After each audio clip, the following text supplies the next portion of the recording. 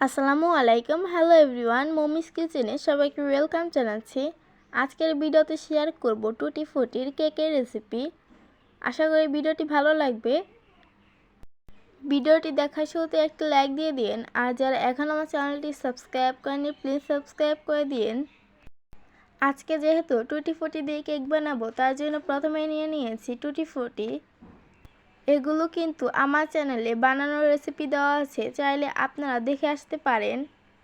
তারপর নিয়ে নিয়েছি প্রায় হাফ কাপের মতো রান্না করা সয়াবিন তেল। তারপর নিয়ে নিয়েছি 1.5 কাপের মতো দুধগুলোকে কিন্তু জাল করে নিয়েছি।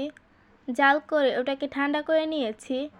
তারপর নিয়ে নিয়েছি 3টা ডিম, নিয়ে নিয়েছি স্বাদ অনুযায়ী চিনি আর 1 কাপের মতো ময়দা।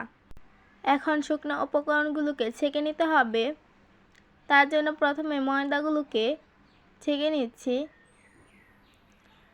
ময়দাগুলো কিন্তু ছাঁকা হয়ে গিয়েছে।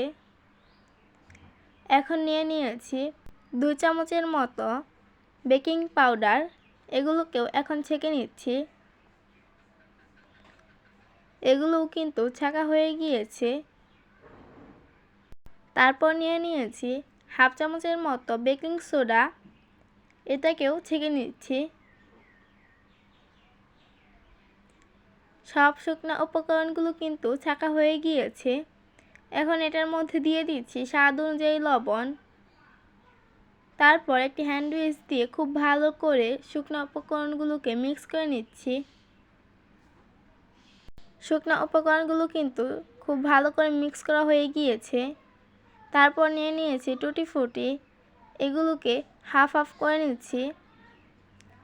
অর্ধেকটা পরিমাণ রেখে দিয়েছি, আর অর্ধেকটা পরিমাণের মধ্যে দিয়ে দিচ্ছি 2 চামচের মতো কর্নফ্লাওয়ার। কর্নফ্লাওয়ার দেওয়ার পর খুব ভালো করে মিক্স করে নিয়েছি।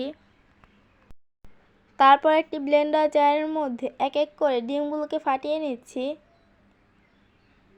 এখানে 3টা ডিমকে ফাটিয়ে নিয়েছি।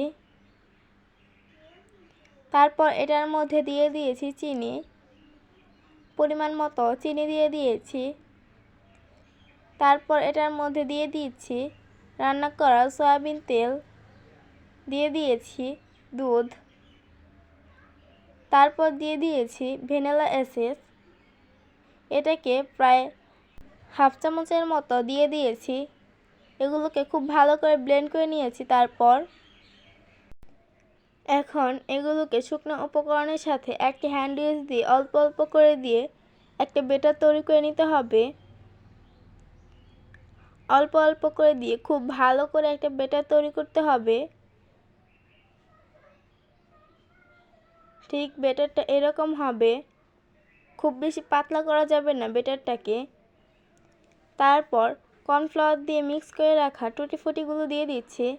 আর টুটি ফুটি দেওয়ার পর কিন্তু খুব বেশি নাড়াচাড়া করা যাবে না। তারপর নিয়ে নিয়েছি মোল্ড। তেল ব্রাশ করে একটি কাগজ বিছিয়ে দিয়েছি মোল্ডের শেপ করে।